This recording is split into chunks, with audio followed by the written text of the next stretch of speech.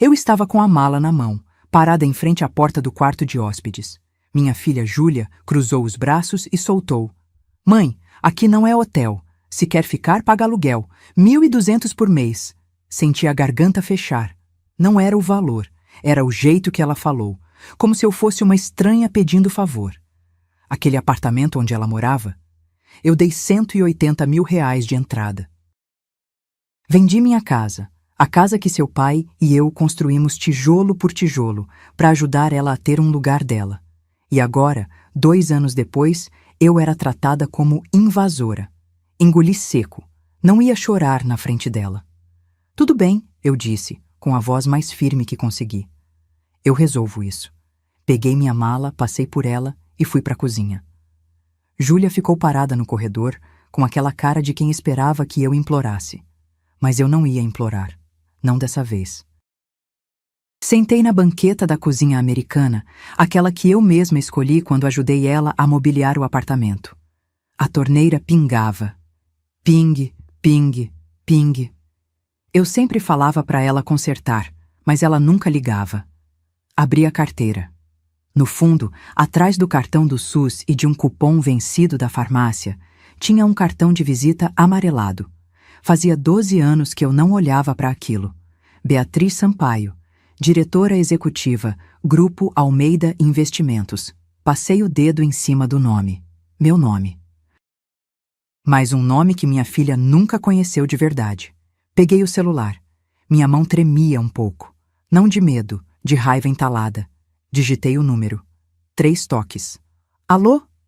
Rogério, sou eu, a Beatriz." Do outro lado, silêncio. Depois, aquela voz grave que eu conhecia há 30 anos. "Bea, meu Deus, Beatriz Sampaio. Pensei que você tinha sumido do mapa."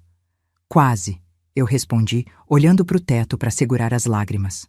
"Rogério, eu preciso de um favor." "Qualquer coisa, você sabe disso." "Preciso de um lugar para ficar, só por uns dias, até eu me organizar." Ele nem hesitou. "Tenho um flat corporativo vazio. Mando o motorista te buscar amanhã, 9 da manhã, pode ser?" "Pode." Desliguei. Respirei fundo. O cheiro de café velho ainda estava no ar. Júlia sempre deixava a garrafa térmica suja na pia. Levantei, lavei a xícara que ela tinha usado no café da manhã e deixei secar no escorredor. Não sei por que fiz isso. Talvez porque, mesmo machucada, eu ainda era mãe. Ainda cuidava sem pensar. Júlia apareceu na cozinha, mexendo no celular. "Mãe, você vai mesmo embora?" "Vou." "Pra onde?" "Pra um lugar onde me respeitam." Ela bufou, como se eu tivesse sendo dramática. Não sabia que eu estava sendo literal. Passei a noite naquele sofá da sala, enrolada numa manta fina. Júlia trancou a porta do quarto dela. Ouvi o barulho da chave girando na fechadura. Fiquei olhando para o teto, ouvindo o som dos carros lá fora. Me perguntei quando foi que eu virei tão pequena nos olhos da minha própria filha. Quando foi que ser mãe passou a significar peso. Eu não queria brigar. Eu só queria voltar a ser tratada como gente. Às 6 da manhã, levantei, dobrei a manta, arrumei minha mala, tomei um café rápido, pão com margarina, nada de especial. Júlia ainda dormia. Às 9 em ponto, a campainha tocou. Desci. O porteiro olhou para mim com aquela cara de espanto que eu nunca vou esquecer. "Dona Beatriz, tem uma limusine esperando a senhora." Júlia desceu de pijama, cabelo bagunçado, olhos ainda inchados de sono. Olhou para a limusine preta, para mim, de novo para a limusine. "Mãe, que carro é esse?" O motorista, uniformizado, abriu a porta traseira e disse em voz alta: "Bom dia, doutora Sampaio. O doutor Rogério está aguardando a senhora." Júlia congelou. Quem diabos era a doutora? "Sampaio?" Coloquei minha mala no porta-malas e entrei na limusine. Júlia ficou parada na calçada, boca aberta, ainda segurando o celular na mão. "Mãe, espera! Que história é essa de doutora?" Olhei para ela através do vidro escuro. Por um segundo, quase desci. Quase expliquei tudo ali mesmo. Mas alguma coisa dentro de mim disse: não, deixa ela pensar. Depois a gente conversa, filha. O motorista fechou a porta. O carro deslizou pela rua, silencioso como um barco. Júlia ficou para trás, cada vez menor no retrovisor. Encostei a cabeça no banco de couro macio. Meu estômago estava embrulhado, metade alívio, metade culpa. Eu estava fazendo a coisa certa? Ou estava sendo dramática, como ela sempre dizia? O motorista, um senhor de uns 50 anos, olhou pelo retrovisor. A senhora está bem, doutora Sampaio? Estou sim, obrigada. Qual seu nome? Seu Valdir, doutora. Trabalho para o doutor Rogério faz 15 anos. 15 anos. Repeti, meio para mim mesma. Fazia 12 que eu tinha saído da empresa. O tempo passou tão rápido. Valdir sorriu. A senhora é lenda lá no grupo. Tem gente nova que ainda fala da doutora nas reuniões. A doutora Beatriz não aceitaria isso. A doutora Beatriz sempre dizia. Senti um aperto no peito. Não era orgulho, era saudade. Saudade de ser vista, de ser respeitada, de ter um nome que não fosse só mãe. Olhei pela janela. A cidade passava, padaria abrindo, gente esperando o ônibus, motoboy acelerando no sinal amarelo. Vida normal. A vida que eu escolhi viver quando larguei tudo. 25 anos eu fui diretora de recursos humanos do Grupo Almeida Investimentos. Salário: R$ 45 mil por mês. Coordenava uma equipe de 18 pessoas. Viajava para São Paulo, Rio, às vezes até para o exterior. Larguei tudo aos 53. Meu marido, o Renato, tinha sido diagnosticado com câncer no pâncreas. Estágio 3. Júlia tinha 15 anos e estava se preparando para o vestibular. Eu tinha duas escolhas: contratar alguém para cuidar dele ou estar presente. Escolhi estar presente. Renato morreu 3 anos depois. Júlia entrou na faculdade de administração. Ironia, né? A filha da executiva estudando administração, mas sem saber que a mãe tinha sido uma das mais respeitadas do mercado. Eu nunca contei. Não quis que ela se sentisse pressionada. Não quis que ela achasse que precisava ser como eu.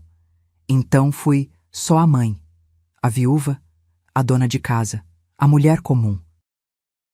Mas agora, sentada naquela limusine, com a bolsa no colo e o celular vibrando com mensagens de Júlia, eu percebi uma coisa.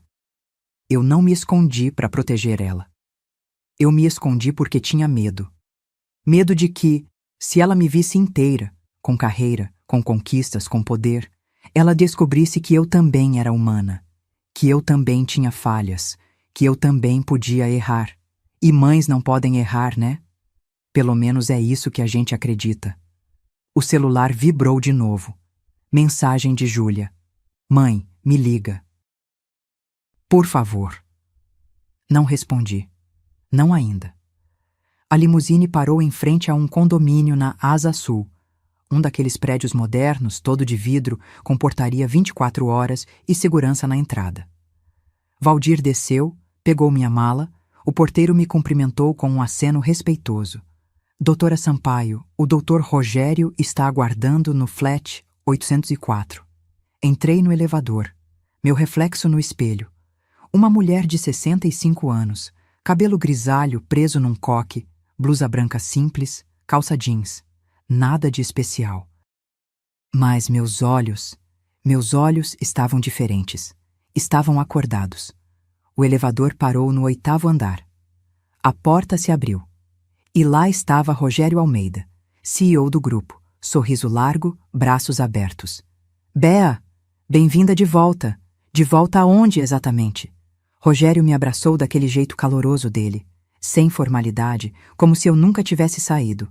Ele estava mais grisalho, uns quilos a mais, mas o sorriso era o mesmo. Entra, entra, deixa eu te mostrar o flat. Era amplo, clean, com aquela decoração corporativa. Sofá cinza, mesa de vidro, quadros abstratos na parede. Impessoal, mas confortável. Tinha até uma sacada com vista para a cidade. Fica à vontade, Bea. Usa o tempo que precisar. Sério mesmo. Coloquei a mala no chão. Minha perna esquerda estava cansada. Eu esquecia que não tinha mais 20 anos. Sentei no sofá e respirei fundo. Rogério trouxe 2 copos de água. Sentou na poltrona em frente. Sua filha não sabe da sua trajetória? Ele perguntou direto. Não, não da forma como foi. Por quê? Segurei o copo com as 2 mãos. A água estava gelada demais, machucando os dedos, mas eu não soltei. Porque quando o Renato adoeceu, ela tinha 15 anos. Eu larguei tudo para estar presente. Depois que ele morreu, ela estava construindo a vida dela. Não quis que se sentisse em dívida comigo. Rogério balançou a cabeça. Você sempre foi assim, protegendo todo mundo, menos você. Ele não estava errado. Levantei, fui até a mala, puxei um envelope amarelado que eu guardava no fundo. Dentro tinha uma revista antiga, As 50 Mulheres Mais Influentes do Mercado Financeiro. Ano 2008. Minha foto estava na página 17. Beatriz Sampaio, 43 anos, diretora de RH do Grupo Almeida. Gente é o maior ativo de qualquer empresa. Eu estava de blazer preto, cabelo curto, sorriso confiante. Parecia outra pessoa. Ou melhor, parecia eu, antes de decidir ser invisível. Mostrei para Rogério. Ele riu. Eu lembro dessa matéria. Você odiou a foto. Odiei mesmo. Disseram que eu parecia dura demais. E você era. No melhor sentido. Ele disse. Sério agora. Bea, você transformou aquele setor. Implementou a avaliação 360, programa de mentoria, licença paternidade estendida antes de virar moda. Tudo que a gente tem hoje veio de você. Senti um nó na garganta. Não de tristeza, de raiva. Raiva de mim mesma. Por que eu tinha apagado tudo isso? Por que tinha deixado minha filha achar que eu era só uma mãe, como se isso fosse pouco? Rogério se levantou. Aliás, tenho uma proposta. Tô montando um programa de mentoria executiva. 6 meses, foco em liderança feminina 50+. Preciso de alguém para coordenar. 25 mil por mês. Pisquei. Rogério, eu tô aposentada faz 12 anos. E daí? Você acha que esqueceu de ser boa no que faz? Fiquei em silêncio. Será que eu tinha esquecido? Ou será que eu tinha fingido esquecer porque era mais fácil ser pequena? Pensa com carinho, tá? Ele disse, me entregando um cartão novo. Beatriz Sampaio, consultora sênior. Segurei o cartão. Meu nome. Meu de verdade. Rogério foi embora. Fiquei sozinha no flat, sentada na sacada, vendo o sol descer atrás dos prédios. O céu estava laranja, aquele laranja de fim de tarde de Brasília. O celular vibrou. Júlia de novo. Mãe, eu te procurei no Google. Meu coração acelerou. Por que você nunca me contou? Digitei devagar. Porque eu quis te proteger, mas acho que eu só me escondi. Ela não respondeu na hora. Fiquei olhando os 3 pontinhos aparecendo e sumindo. Aparecendo e sumindo. Finalmente, você era executiva. Ganhava quanto? 45 mil por mês. E os 180 mil que você me deu eram meus, da minha aposentadoria. Silêncio. Depois, mãe, eu preciso te ver. Amanhã? Amanhã. Desliguei o celular. Peguei aquela revista velha de novo. Olhei para a foto. Gente é o maior ativo de qualquer empresa. Era isso que eu dizia.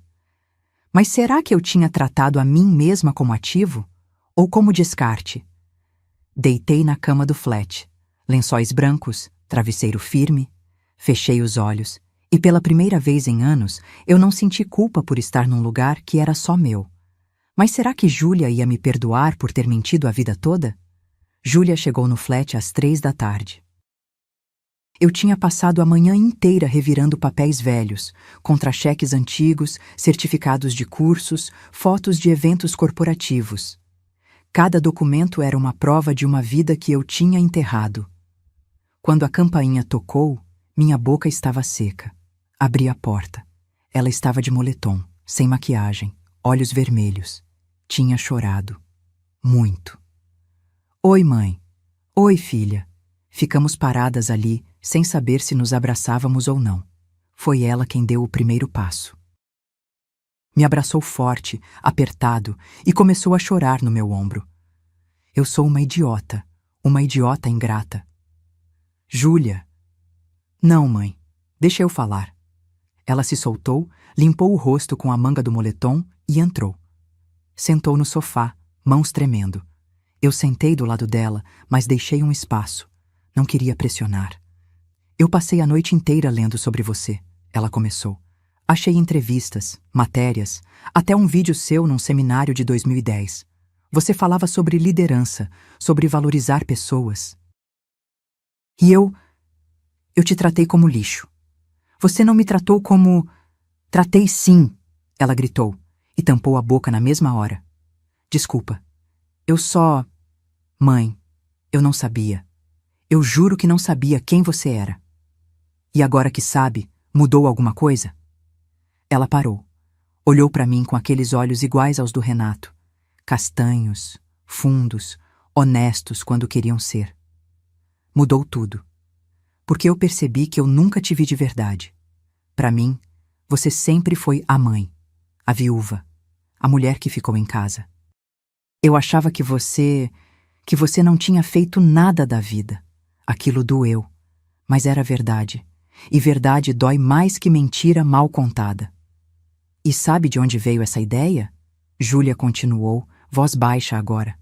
Do Cássio. Meu estômago embrulhou. O Cássio falava isso? Ele plantava. Devagarinho. Sua mãe vai morar de graça aqui para sempre. Ela tem que contribuir. Você não pode virar babá da sua mãe.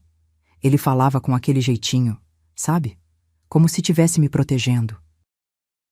Ela pegou o celular, abriu o WhatsApp, me mostrou as mensagens. Eu li e cada linha era uma facada. Cássio, amor, sua mãe tá se aproveitando de você. Cássio, cobra logo um aluguel, senão ela não sai nunca. Cássio, você precisa pensar em nós, não nela.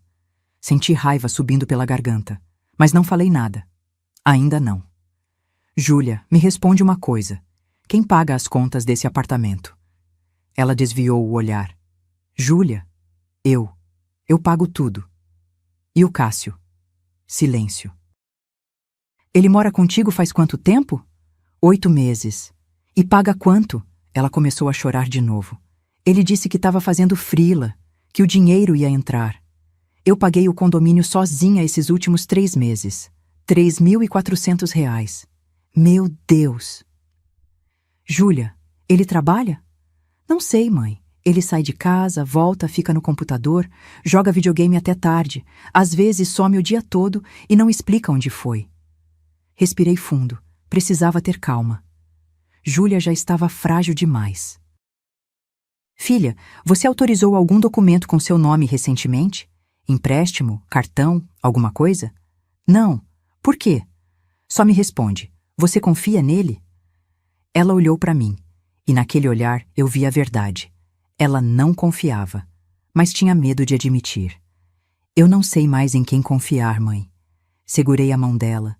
Estava gelada. Então confia em mim. Me deixa te ajudar. Ela assentiu. Peguei meu celular. Liguei para Rogério. Rogério, preciso de um favor. Você ainda tem contato com aquele investigador particular que a gente usava para background check? Tenho. Por quê? Preciso checar alguém. Discretamente. Júlia arregalou os olhos.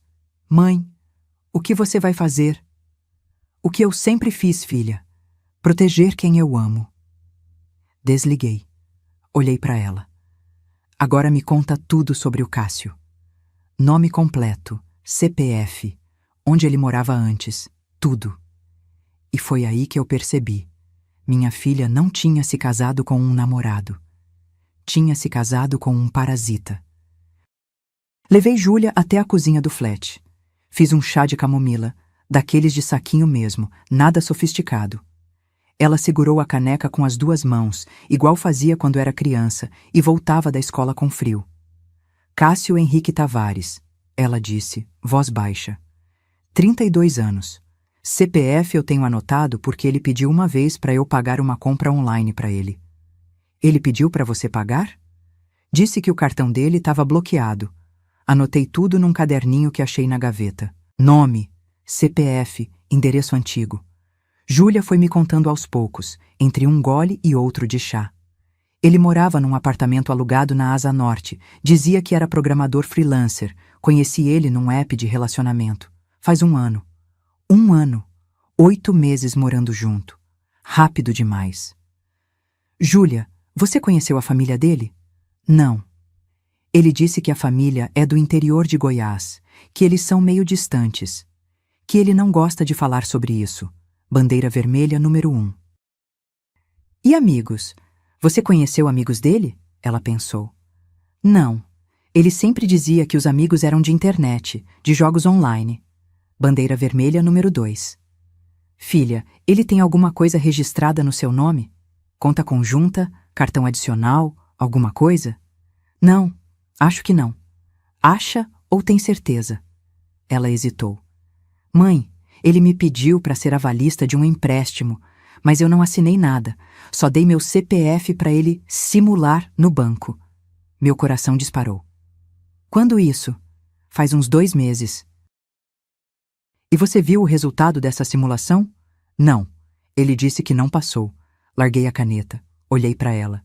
Júlia, você tem a senha do seu banco? Tenho. Entra agora. Vai em empréstimos e financiamentos. Olha se tem alguma pendência. Ela pegou o celular com a mão tremendo. Desbloqueou. Entrou no app do banco. Foi clicando, clicando e parou. O rosto dela ficou branco. Mãe, tem um empréstimo consignado de R$35 mil. No meu nome. O chá dela virou na caneca, molhando a mesa. Ela nem percebeu. Foi aprovado há 45 dias, parcelas de R$1.200 por mês. Desconto automático. Senti o estômago embrulhar, mas não podia fraquejar agora. Deixa eu ver. Peguei o celular dela. Li cada linha do contrato. Assinatura digital. Data: 4 de novembro. Avalista: Júlia Sampaio Santos. Mas a assinatura estava errada. O J do nome dela era diferente. Júlia sempre fazia um J com perninha, quase infantil. Aquele era reto, formal. Filha, essa assinatura é sua? Ela olhou. Não. Você assinou algum papel pro Cássio nessa época? Não, eu juro que não. Falsificação. Simples assim. Respirei fundo. Não era a primeira vez que eu via isso. Na empresa tinha lidado com casos de fraude interna. Sabia exatamente o que fazer. Júlia, você vai ficar aqui comigo hoje. Não volta para casa. Mas mãe, não é pedido, é ordem. Liguei pro Rogério de novo. Conseguiu o investigador? Consegui, ele pode começar amanhã. Ótimo, e me passa o contato do Dr. Henrique Moura, o advogado especialista em fraude bancária. Júlia me olhou, olhos arregalados. Mãe, isso é sério assim? Filha, ele falsificou sua assinatura e pegou R$35 mil em seu nome. Isso é crime, estelionato. Ela começou a tremer, não de medo, de raiva. Aquele filho da puta, aquele filho da puta. Calma. Calma? Mãe, ele me usou. Ele morou na minha casa, comeu da minha comida, dormiu na minha cama e me roubou. Eu sei. E ele vai pagar por isso. Mas a gente faz do jeito certo, com provas, com processo, com justiça. Segurei o rosto dela entre minhas mãos. Confia em mim? Ela assentiu, lágrimas escorrendo. Então me deixa cuidar disso. Você não tá sozinha. Meu celular tocou. Número desconhecido. Atendi. Alô? Doutora Beatriz? Aqui é o Dr. Henrique Moura. O Rogério me passou o caso. Podemos nos encontrar amanhã às 9? Podemos. Desliguei. Olhei para Júlia. Amanhã a gente começa a consertar isso. Hoje você descansa. Mas tinha uma coisa que eu ainda não sabia. Cássio não ia aceitar perder o controle assim tão fácil. Júlia dormiu no quarto do flat. Eu fiquei na sala, acordada até tarde, com o notebook aberto. Rogério tinha me mandado o contato do investigador particular, Um tal de Mauro Lins, ex-policial civil, discreto e eficiente. Mandei um e-mail com tudo: nome completo do Cássio, CPF, endereço antigo, foto que peguei do Instagram de Júlia. Pedi sigilo total. Às 6 da manhã, meu celular vibrou. E-mail de resposta. Assunto: relatório preliminar. Cássio Henrique Tavares Abri. Minha pressão subiu só de ler as primeiras linhas. A nome: Cássio Henrique Tavares. Idade: 32 anos. Situação empregatícia: desempregado há 5 meses. Último registro: assistente administrativo. Salário: 2 anos. 100.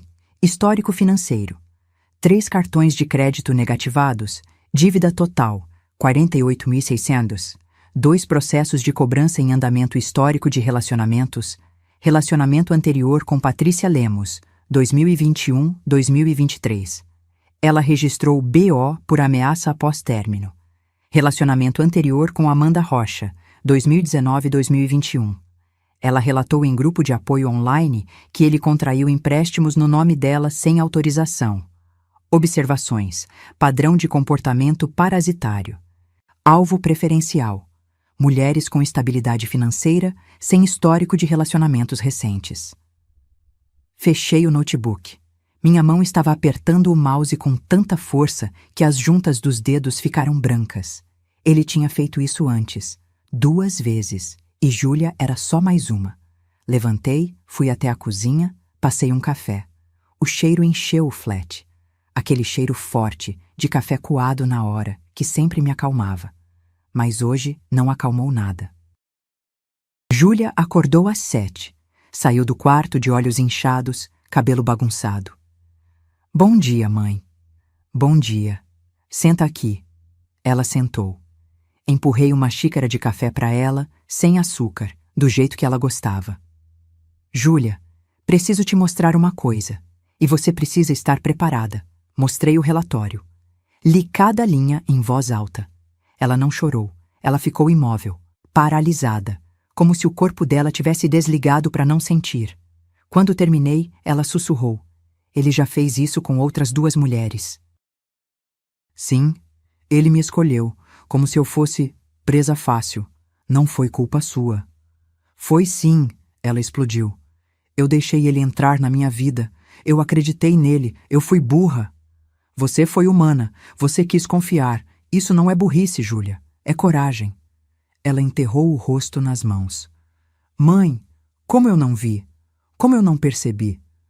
Segurei o pulso dela. Senti a pulsação acelerada, quente. Porque ele é bom no que faz. Gente assim sabe exatamente onde pressionar. Sabe como criar necessidade, dependência. Você não foi a primeira. E se a gente não fizer nada, não vai ser a última. Ela levantou o rosto. Os olhos dela tinham mudado. Não era mais dor. Era decisão. O que a gente faz agora? A gente se encontra com o Dr. Henrique às 9. A gente registra queixa-crime. E a gente tira esse homem da sua vida. Legalmente. Ela assentiu. Às 8h30, estávamos prontas.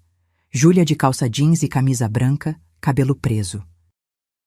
Eu de blazer cinza, o único que tinha trazido na mala. Parecia roupa de reunião. E era. Reunião de guerra. No caminho, Júlia perguntou: Mãe, e se ele sumir? E se ele pegar o dinheiro e fugir? Ele não vai fugir. Como você sabe? Porque gente assim não foge. Eles acham que são espertos demais para serem pegos. Ele vai tentar negociar, ameaçar, manipular. E é aí que a gente pega ele. O escritório do Dr. Henrique ficava na 905 Sul. Sala ampla, estante cheia de códigos, mesa de madeira pesada. Ele tinha uns 50 anos, gravata azul marinho, aperto de mão firme. Doutora Beatriz, é um prazer revê-la. O prazer é meu, Henrique. Essa é minha filha, Júlia. Ele cumprimentou Júlia com seriedade respeitosa. Sentamos. Então, ele começou abrindo uma pasta. Empréstimo fraudulento, falsificação de assinatura, estelionato. Isso dá de 2 a 5 anos de reclusão. Vamos precisar de laudo grafotécnico para comprovar que a assinatura não é dela. Quanto tempo leva? 1 semana no máximo. E enquanto isso? Enquanto isso, a gente solicita o bloqueio do empréstimo no banco. E pedimos medida protetiva de urgência. Júlia se remexeu na cadeira. Medida protetiva? Para ele não se aproximar de você, nem fisicamente, nem por mensagem. Ela engoliu seco. Dr. Henrique continuou. Mas antes disso, preciso que você me conte tudo, desde o começo. E foi aí que Júlia começou a falar. E quanto mais ela falava, mais eu percebia. Eu tinha falhado como mãe. Não por ser ausente, mas por ter me tornado invisível. A reunião com o Dr. Henrique durou 2 horas. Júlia contou tudo. Cada detalhe, cada mentira, cada promessa quebrada. Ele anotava tudo, metódico, sem julgar. Quando saímos do escritório, o sol estava alto, queimando. Brasília em janeiro é fogo puro. Entramos no carro. Eu tinha alugado um por app e ficamos em silêncio por um tempo. Júlia olhava pela janela, mordendo o lábio. Mãe, eu preciso buscar minhas coisas no apartamento. Não hoje. Mas ele vai mexer nas minhas coisas, vai. Júlia, você não volta lá sozinha. Quando a medida protetiva sair, a gente vai com o oficial de justiça. Até lá, você fica comigo. Ela ia protestar, mas meu celular tocou. Número desconhecido. Alô? Silêncio do outro lado. Depois, uma voz masculina, arrastada. Alô? É a mãe da Júlia? Meu estômago gelou. Eu conhecia aquela voz.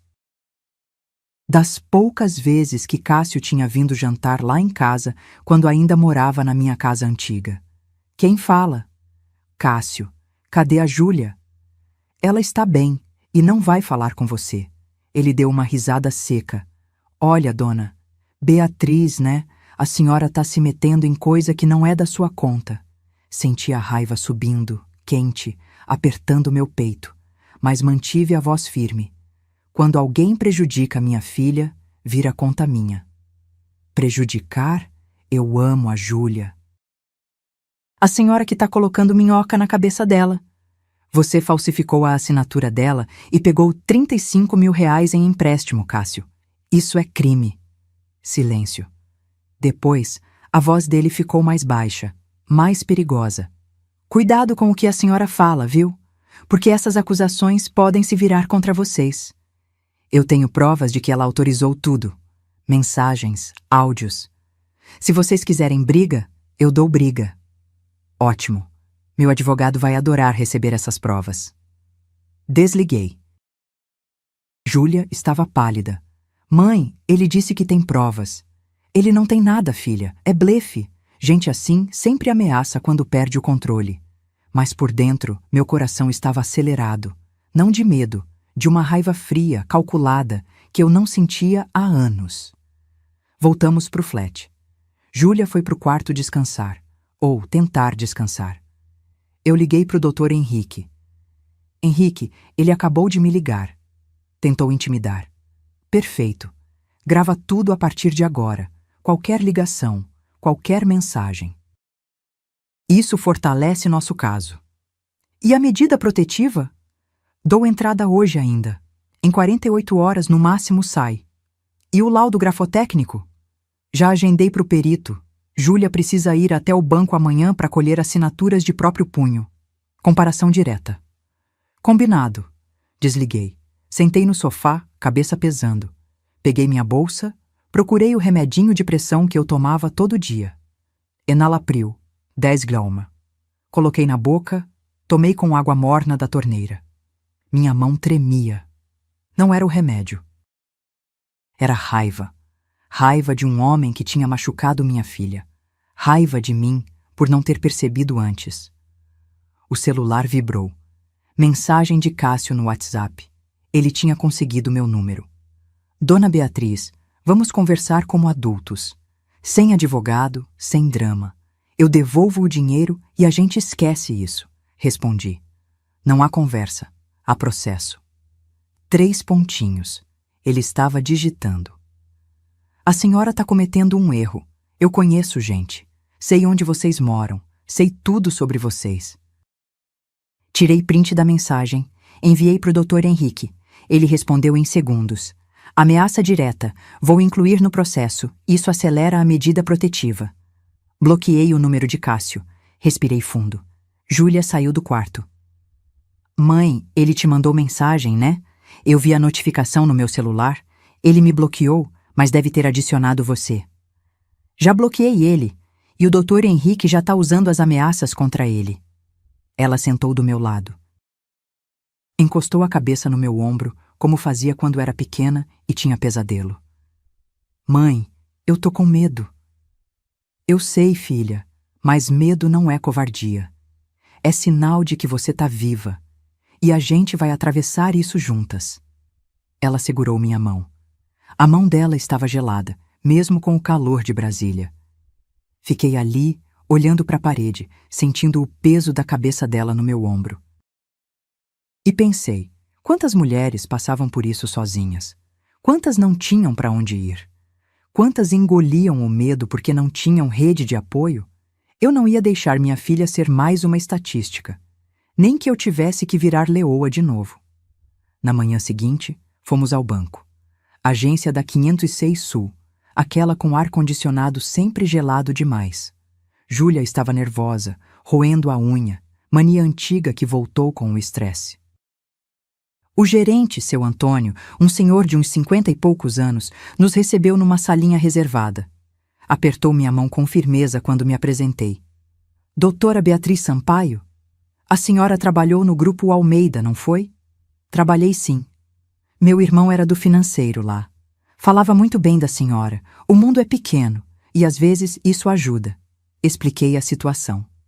Júlia mostrou o empréstimo no aplicativo. Seu Antônio franziu a testa, puxou o documento no sistema.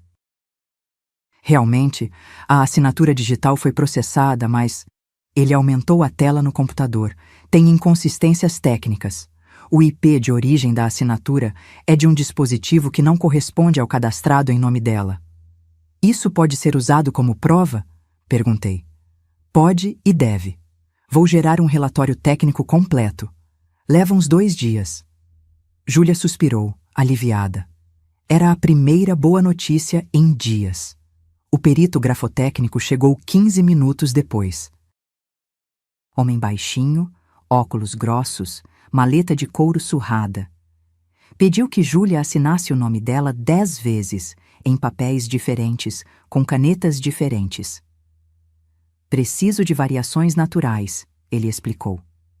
Ninguém assina exatamente igual sempre, mas o padrão se mantém. Júlia assinou 1, 2, 10 vezes. A mão dela tremia na 5ª assinatura. Calma, eu sussurrei. Respira. Ela respirou. Terminou. O perito comparou com a assinatura do contrato de empréstimo. Balançou a cabeça. Claríssima falsificação. A pressão da caneta é diferente, a inclinação é forçada e o S do sobrenome tem uma curva que ela nunca faz. Laudo fica pronto em 3 dias. Saímos do banco com uma pasta cheia de documentos. Júlia segurava tudo contra o peito, como se fossem armadura. No caminho de volta, paramos num restaurante por quilo. Comida simples, self-service, arroz, feijão, carne acebolada. Júlia pegou pouco. O estômago ainda estava embrulhado. Você precisa comer, filha. Eu sei, mas não desce. Forcei ela a comer pelo menos um pouco de arroz com ovo. Ela comeu devagar, mastigando como se cada garfada pesasse. Mãe, quando isso vai acabar? Logo. A medida protetiva sai hoje ou amanhã. O laudo em 3 dias. Depois é só questão de processo. E se ele não aceitar? Ele não tem escolha. A lei não pergunta se ele aceita. Ela empurrou o prato. Eu ainda não acredito que ele fez isso comigo. Eu achava que ele gostava de mim. Talvez ele gostasse do jeito dele, mas gostar não dá direito de destruir. Voltamos pro flat às 2 da tarde. Júlia deitou no sofá, exausta. Eu liguei a TV no mudo, só para ter algum movimento na sala. O celular do Dr. Henrique tocou às 4. Doutora Beatriz, A medida protetiva foi deferida. Cássio não pode se aproximar de Júlia num raio de 200 metros. Nem ligação, nem mensagem, nem rede social. Violação disso dá prisão. Quando ele é notificado? Amanhã de manhã.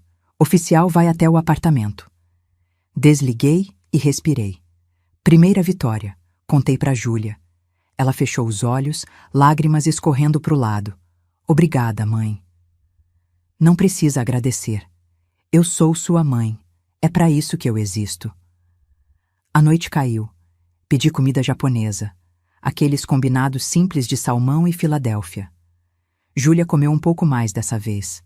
Estávamos assistindo uma série boba quando o celular dela vibrou. Ela olhou e congelou. Mãe, o que foi? Ela me mostrou a tela.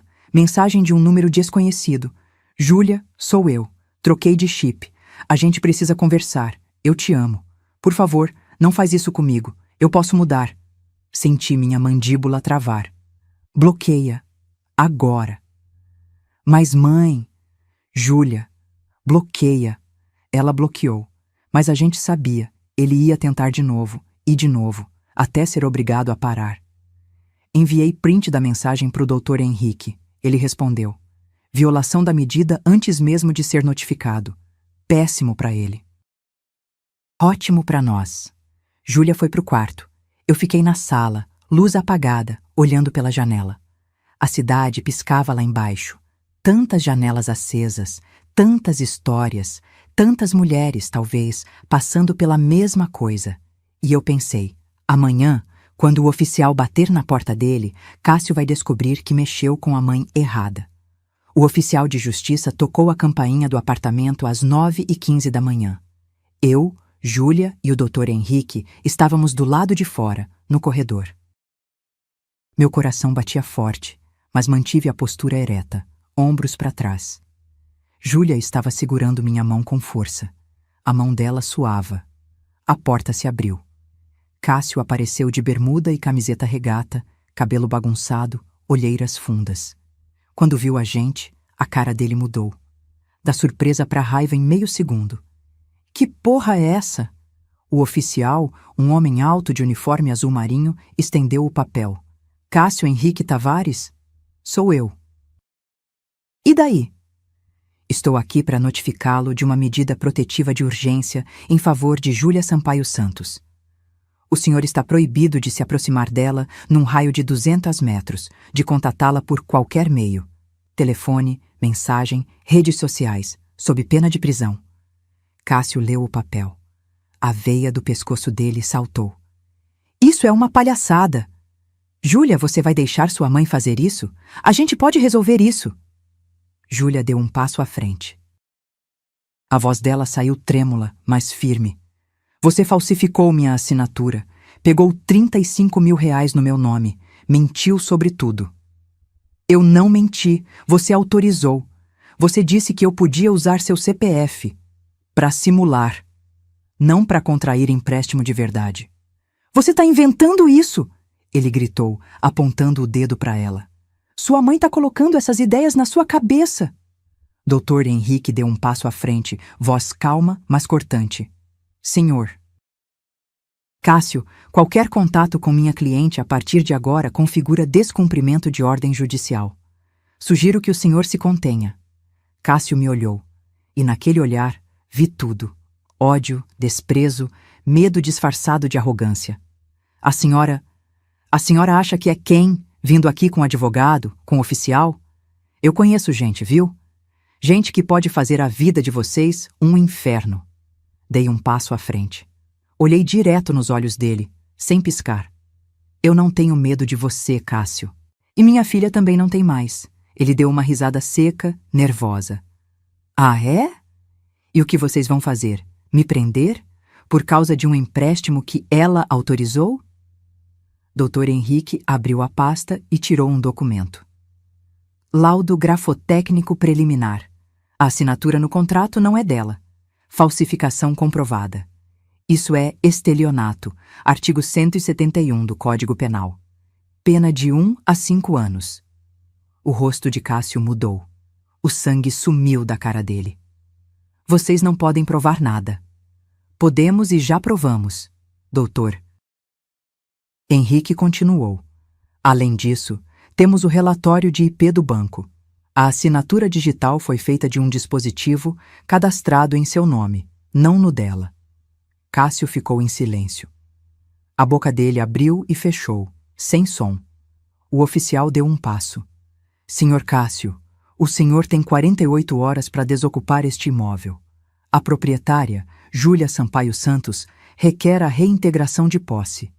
Eu moro aqui, ele berrou. O senhor mora aqui sem contrato, sem pagamento de aluguel e sem autorização formal. Isso não configura moradia legal. Júlia puxou um envelope da bolsa, abriu e tirou um papel. Eu trouxe isso.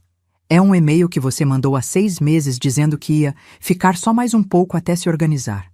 Você mesmo admite que era temporário. Cássio arrancou o papel da mão dela.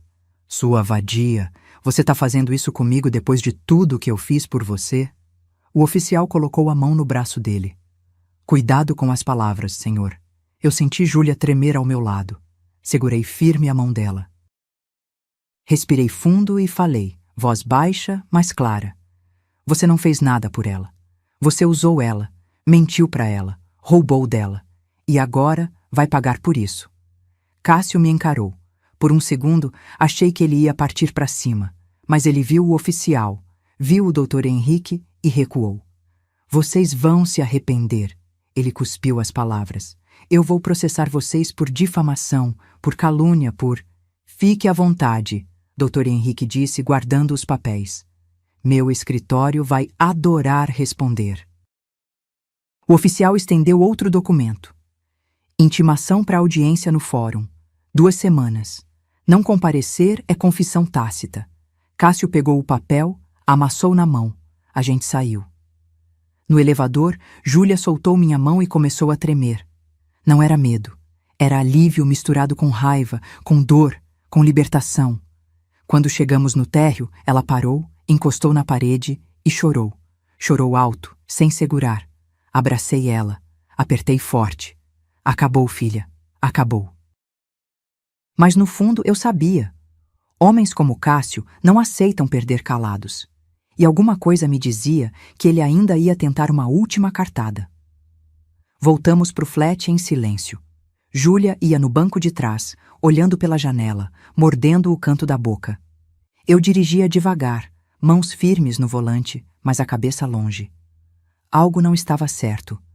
Cássio tinha recuado rápido demais. Homens como ele não desistem assim. Quando chegamos, Júlia foi direto para o banheiro. Ouvi o chuveiro abrir. Ela precisava lavar aquele dia do corpo. Sentei no sofá, peguei o celular. Tinha uma mensagem do Dr. Henrique. Doutora Beatriz, preciso avisar. Cássio contratou advogado, Dr. Márcio Vilela, conhecido por ser agressivo em defesas. Ele vai tentar reverter a narrativa. Respondi. Deixa ele tentar, a gente tem provas. Mas senti um aperto no peito. Conhecia o nome, Márcio Vilela. Advogado criminalista caro, especialista em criar versões alternativas, em plantar dúvidas. Se Cássio tinha conseguido pagar esse cara, tinha dinheiro escondido. Ou alguém estava bancando ele. O celular tocou. Número desconhecido. Atendi. Alô? Doutora Beatriz? Aqui é Patrícia Lemos. Levei um segundo para processar. O nome estava no relatório do investigador. Patrícia? A ex-namorada do Cássio? Isso. Eu soube que ele está aprontando de novo. Com sua filha, né? Como você soube? Tenho amigas em comum com a Júlia. Vi no Instagram que ela apagou todas as fotos com ele. Imaginei. Minha cabeça começou a trabalhar rápido. Patrícia, você denunciou ele na época? Fiz BO por ameaça, mas não fui em frente. Tive medo. Ele dizia que conhecia gente perigosa, que ia estragar minha vida. Eu acreditei. E ele fez alguma coisa financeira com você? Silêncio. Patrícia? Ele pegou meu cartão de crédito, fez compras de quase R$ 8.000. Quando descobri, ele disse que ia pagar de volta. Nunca pagou. Engoli porque achei que era mais fácil deixar pra lá do que brigar. Você tem provas? Tenho. Faturas, mensagens dele prometendo devolver. Guardei tudo. Meu coração acelerou. Patrícia, você toparia testemunhar num processo contra ele? Ela hesitou. Eu tenho medo dele. Eu entendo, mas se a gente não fizer nada, ele vai continuar fazendo isso com outras mulheres. Quantas mais vão sofrer? Respiração do outro lado, longa. Depois. Tá, eu testemunho, mas só se tiver proteção legal. Você vai ter, pode confiar em mim. Passei o contato dela pro doutor. Henrique, ele respondeu rápido. Excelente. Isso estabelece padrão criminoso. Vai pesar muito contra ele. Júlia saiu do banheiro de roupão, cabelo molhado. Mãe, quem ligou? Patrícia, a ex-namorada do Cássio. Ela vai testemunhar contra ele. Júlia sentou, olhos arregalados. Ela passou pela mesma coisa? Pior. Ele a ameaçou. Roubou 8.000 reais. Ela engoliu com medo. Meu Deus. Filha, você não foi a primeira. E se a gente não parar ele, não vai ser a última. Ela pegou minha mão. Eu quero que ele pague, mãe. Por mim, por ela, por todas. Naquela noite, sentei no notebook e escrevi tudo. Cronologia completa. Como Cássio entrou na vida de Júlia. As mentiras, o empréstimo, as ameaças. Cada ponto documentado, cada prova anexada. Às 11 da noite, o celular de Júlia vibrou. Ela olhou e ficou pálida. Mãe! O que foi? Ela me mostrou. Mensagem de Instagram, conta fake, sem foto. Você vai se arrepender de ter ferrado comigo. Eu sei onde sua mãe mora. Sei onde você tá. Vocês não vão ter paz. Tirei print. Enviei pro Dr. Henrique e pra Polícia Civil. Júlia estava tremendo. Ele sabe onde a gente tá? Não sabe. É intimidação. Ele tá desesperado. Mas tranquei todas as portas. Fechei as janelas. Liguei pro síndico do prédio e avisei. Ninguém sobe sem autorização. Ninguém. Júlia dormiu comigo naquela noite. Na mesma cama, como quando ela era pequena e tinha medo de tempestade. Fiquei acordada até tarde, olhando pro teto, ouvindo a respiração dela. E pensei. Eu passei 25 anos construindo carreiras, liderando equipes, resolvendo crises corporativas. Mas nada, absolutamente nada, tinha me preparado para isso. Para proteger minha filha de um homem que se escondia atrás de charme e mentiras. Mas eu ia proteger. Nem que fosse a última coisa que eu fizesse. Porque mãe não desiste. Mãe luta. 2 semanas passaram devagar. Júlia voltou a trabalhar. Ela era analista financeira num banco, ironia do destino. Eu aceitei a proposta de Rogério e comecei o programa de mentoria. 25.000 por mês. Dignidade de volta, mas a audiência no fórum estava marcada para aquela quinta-feira, 9 da manhã. Na noite anterior, Júlia não conseguiu dormir. Eu ouvi ela andando pela sala às 3 da madrugada. Levantei, fiz chá de melissa. Vem cá, senta comigo. Ela sentou, enrolada num cobertor, olhos fundos. Mãe, e se o juiz não acreditar na gente? Ele vai acreditar. A gente tem laudo, tem testemunha, tem provas técnicas. Mas e se o advogado dele inventar alguma coisa? E se ele disser que eu menti? Segurei o rosto dela entre minhas mãos. Júlia, olha para mim. A verdade não muda. Mentira precisa de memória perfeita. Verdade só precisa ser contada. Ela assentiu, mas o medo ainda estava lá, atrás dos olhos. No dia seguinte, acordamos cedo. Vesti meu blazer cinza, o mesmo da reunião com o doutor. Henrique. Júlia colocou uma blusa branca de manga comprida e calça social preta. Parecíamos executivas. Parecíamos prontas. Mas no carro, Júlia vomitou. Parei no acostamento. Ela desceu, dobrou o corpo e vomitou tudo, nervoso puro. Desculpa, mãe. Não pede desculpa. Respira. Dei água para ela, papel toalha. Esperei ela se recompor. Quer voltar? A gente pode remarcar. Não. Eu preciso fazer isso. Preciso olhar na cara dele e falar a verdade. Chegamos no fórum às 8h40. Doutor. Henrique já estava lá, pasta debaixo do braço, gravata azul escura. Prontas? Prontas, eu respondi. Entramos na sala de audiências. Espaço pequeno, mesa para o juiz, cadeiras para os advogados, banco para os envolvidos. Cheiro de papel velho e ar-condicionado sujo. Cássio já estava lá, de camisa social branca, calça jeans escura, cabelo penteado para trás. Parecia outra pessoa, parecia confiável, nojento como ele era bom em fingir. Ao lado dele, Dr. Márcio Vilela. Terno cinza caro, abotoaduras de ouro, postura arrogante. Cássio olhou para Júlia. Ela desviou o olhar. Eu não desviei. Encarei ele até que ele abaixasse os olhos primeiro. O juiz entrou. Doutor Gustavo Linhares, 50 e poucos anos, rosto sério, óculos de leitura pendurados no pescoço. Bom dia. Vamos começar. Doutor Henrique, a palavra é sua. Doutor Henrique se levantou. Excelência, trata-se de caso de estelionato mediante falsificação de assinatura. Minha cliente, Júlia Sampaio Santos, teve sua assinatura forjada em contrato de empréstimo consignado no valor de R$35 mil. Trago laudo grafotécnico, relatório técnico do banco e depoimento de testemunha que comprova padrão criminoso do réu. Ele apresentou tudo, documento por documento. O juiz lia em silêncio, sobrancelhas franzidas. Dr. Márcio Vilela se levantou. Excelência, meu cliente nega veementemente as acusações. Alega que houve autorização verbal da senhorita Júlia e que a assinatura digital foi feita com consentimento dela. Trata-se de desentendimento amoroso sendo transformado em caso criminal. A autorização verbal não tem validade legal. Dr. Henrique cortou. Mas cria precedente de intenção. Vilela rebateu. O juiz ergueu a mão. Silêncio. Quero ouvir a vítima. Senhorita Júlia, por favor. Júlia se levantou. As pernas dela tremiam. Eu segurei a mão dela por baixo da mesa, apertei forte e soltei. Ela caminhou até o centro da sala. Senhor juiz, eu nunca autorizei aquele empréstimo. Eu dei meu CPF para ele simular. Só simular. Quando descobri que ele tinha assinado no meu nome, tentei resolver sozinha. Mas ele me ameaçou. Disse que tinha contatos, que ia destruir minha reputação.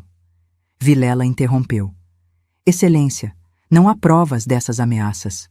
Dr. Henrique abriu o celular. Há sim, mensagens, prints, conta fake criada após medida protetiva, tudo documentado. O juiz olhou, leu. A expressão dele mudou. Senhor. Cássio, o senhor criou conta falsa para entrar em contato com a vítima após ordem judicial? Cássio gaguejou. Eu só queria conversar. Descumpriu ordem judicial. Anoto aqui. Vilela tentou consertar. Excelência, meu cliente estava emocionalmente abalado.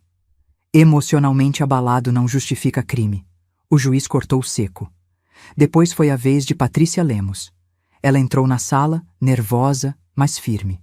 Contou tudo. O cartão roubado, as ameaças, o medo. Ele dizia que conhecia gente perigosa, que ia acabar com minha vida. Eu acreditei. Cássio tentou falar. Isso é mentira! Ela está inventando! Silêncio. O juiz bateu o martelo. Senhor Cássio, mais uma palavra fora de hora e eu o retiro da sala. No final, o juiz se levantou. Vou analisar as provas e dar sentença em 5 dias úteis. Audiência encerrada. Saímos. Júlia segurou meu braço, pernas bambas. Do lado de fora, Cássio passou por nós. Parou. Olhou para Júlia. Você destruiu minha vida. Júlia ergueu o queixo. Você destruiu a sua. E foi a primeira vez que eu senti. Minha filha tinha voltado. 5 dias pareceram 5 meses. Júlia ia trabalhar, voltava, comia pouco, dormia menos. Eu tentava distrair ela. Cozinhava os pratos que ela gostava quando criança, botava filme na TV, sugeria passeio no parque. Mas a cabeça dela estava longe, presa na espera. Na segunda-feira seguinte, Dr. Henrique ligou às 10 da manhã. Doutora Beatriz, a sentença saiu. Meu coração disparou. E? Condenação.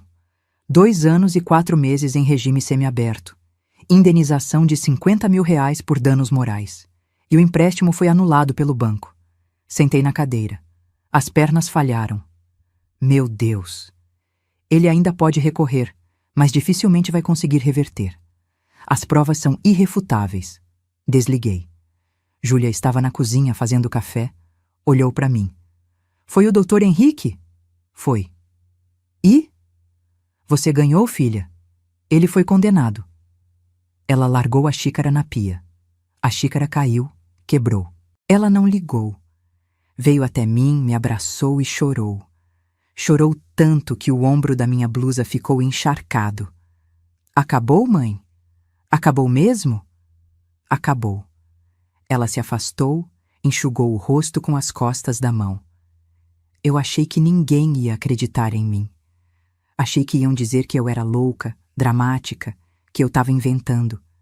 Mas você não inventou. Você só contou a verdade.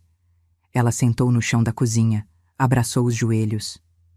Eu me sinto vazia. Devia estar feliz, mas eu só me sinto vazia. Sentei no chão do lado dela. Encostei as costas na geladeira. Porque justiça não apaga dor, filha, só fecha ciclo. Agora você vai precisar de tempo para cicatrizar de verdade. E se eu não conseguir? Você vai conseguir. E eu vou estar aqui até lá. Naquela tarde, fomos ao apartamento dela.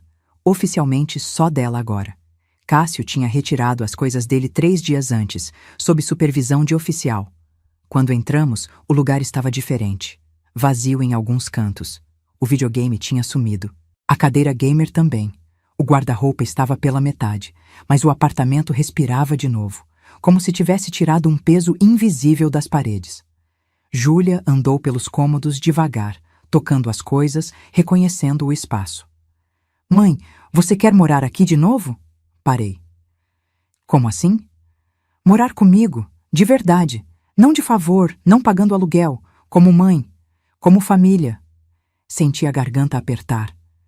Júlia, eu fui horrível com você, mãe. Te cobrei aluguel, te tratei como se você fosse peso.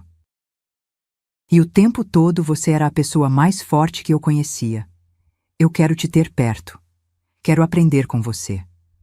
Sobre dinheiro, sobre vida, sobre como não se perder de novo. Segurei o rosto dela.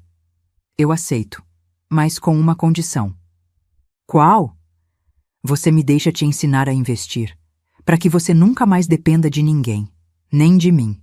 Ela sorriu. Pela primeira vez em semanas, um sorriso verdadeiro. Fechado. Passamos o resto do dia organizando. Jogamos fora as coisas que Cássio deixou. Alguns livros velhos, meias furadas, um carregador quebrado. Simbólico, mas necessário. À noite, Júlia fez macarrão com molho de tomate caseiro. A receita que eu ensinei para ela quando ela tinha 12 anos. A gente comeu na mesinha da sala, sem pressa, conversando sobre planos.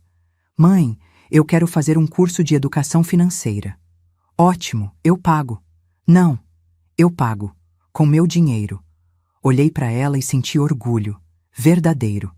Tudo bem. Mas eu te acompanho se você deixar. Claro que deixo. Depois do jantar, sentamos na sacada. O céu de Brasília estava estrelado, sem nuvens. Aquele céu limpo que só a seca traz. Mãe, obrigada. Pelo quê? Por não ter desistido de mim. Por não ter me deixado afundar sozinha. Filha, mãe nunca desiste. Nem quando deveria.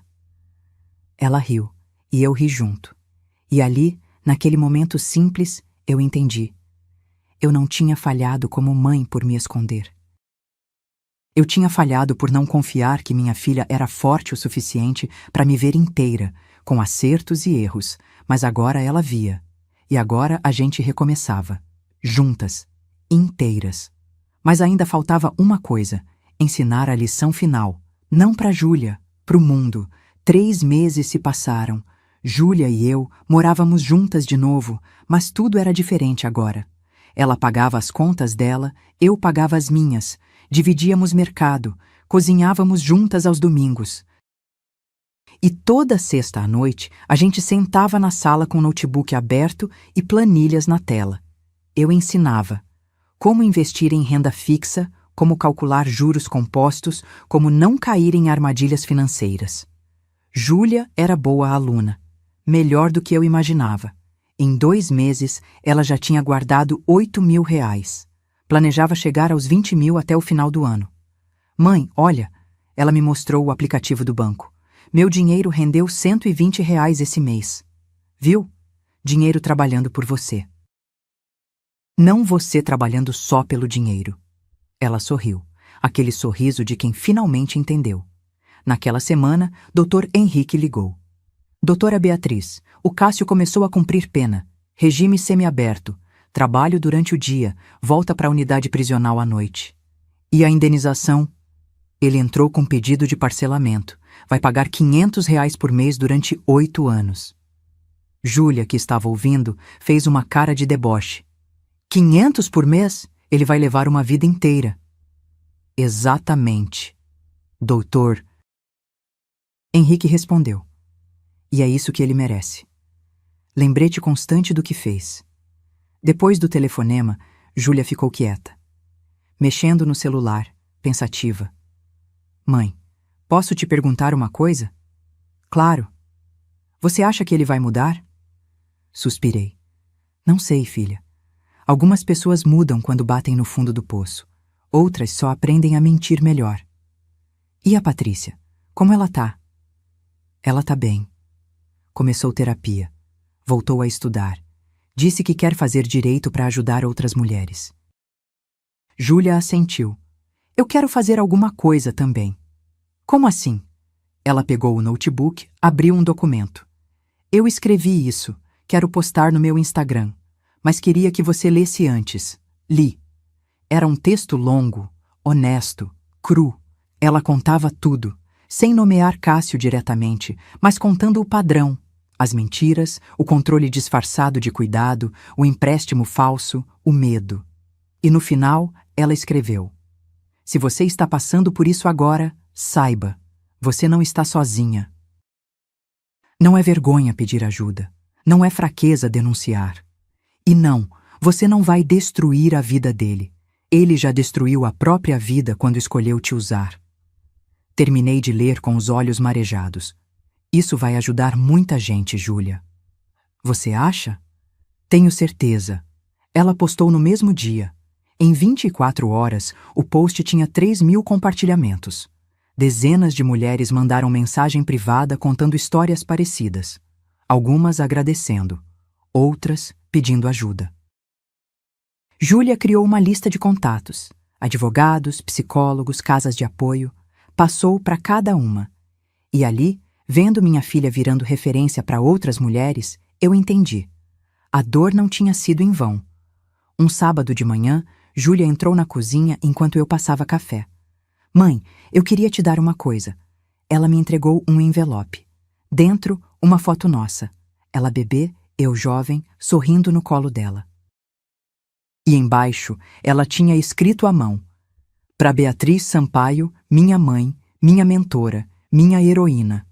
Obrigada por me ensinar que respeito não se implora, se conquista. E que recomeçar não é fracasso, é coragem. Chorei. Ali mesmo, na cozinha, com a xícara de café na mão e o sol entrando pela janela.